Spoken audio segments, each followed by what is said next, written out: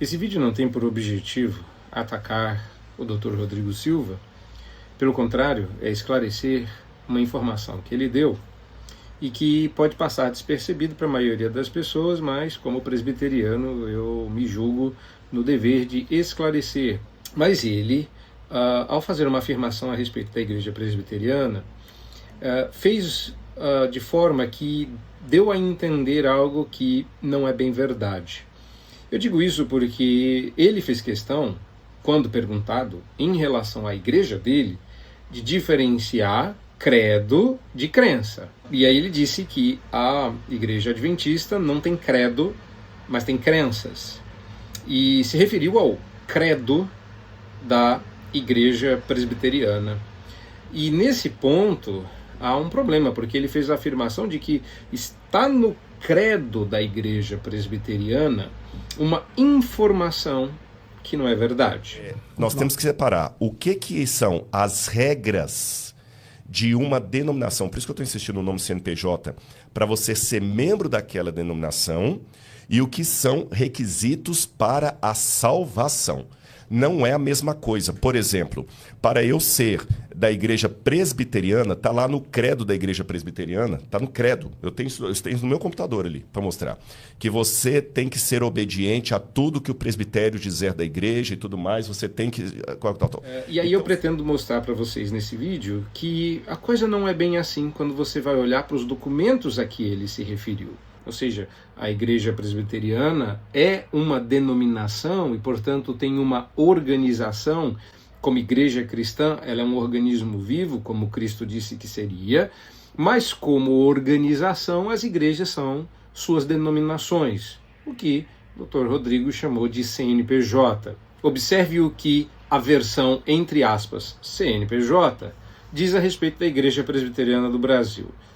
Na abertura, no capítulo 1º e no artigo 1º deste documento, diz que a Igreja Presbiteriana do Brasil é uma federação de igrejas locais que adota como única regra de fé e prática as Escrituras Sagradas do Velho e Novo Testamento e, como sistema expositivo de doutrina e prática, a sua confissão de fé e os catecismos maior e breve, e rege-se pela presente Constituição.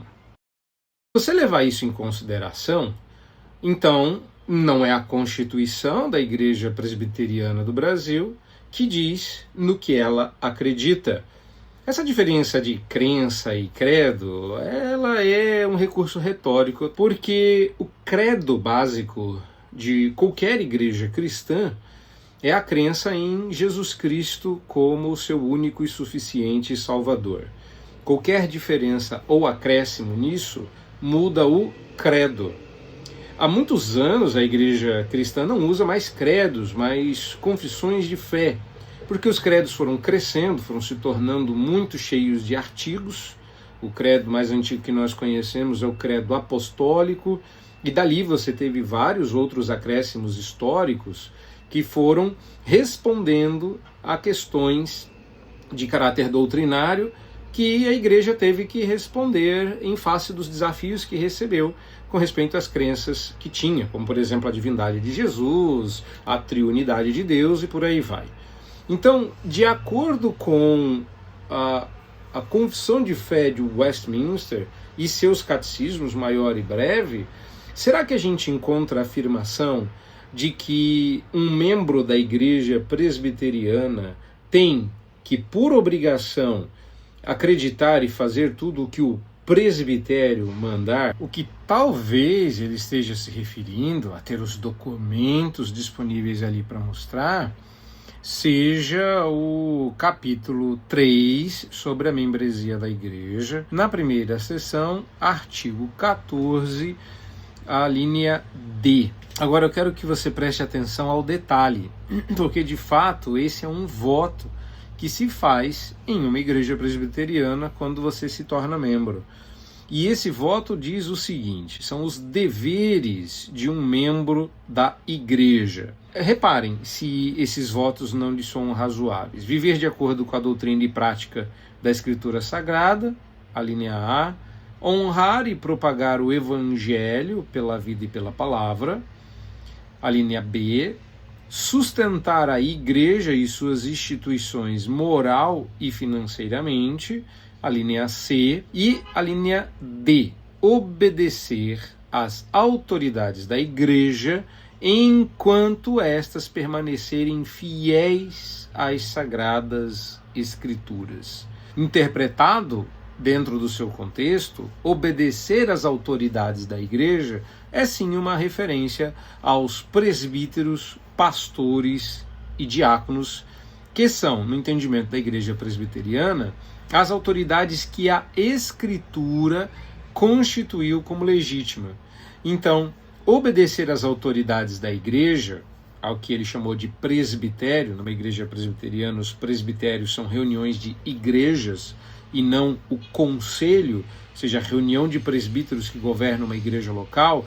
Ele não tem obrigação de saber disso, mas o ponto dele é que você jura obedecer às autoridades da igreja numa igreja presbiteriana para o que der e vier. Não é exatamente isso. Clarificando, o artigo 14, a linha D, da Constituição da Igreja Presbiteriana, de fato, diz que você deve ser obediente às autoridades da igreja, vírgula, enquanto estas permanecerem fiéis às Sagradas Escrituras. Então, o ponto na Igreja Presbiteriana não é o quanto você é fiel a alguém, mas o quanto este alguém, representando a fidelidade às Escrituras, faz bem o seu serviço.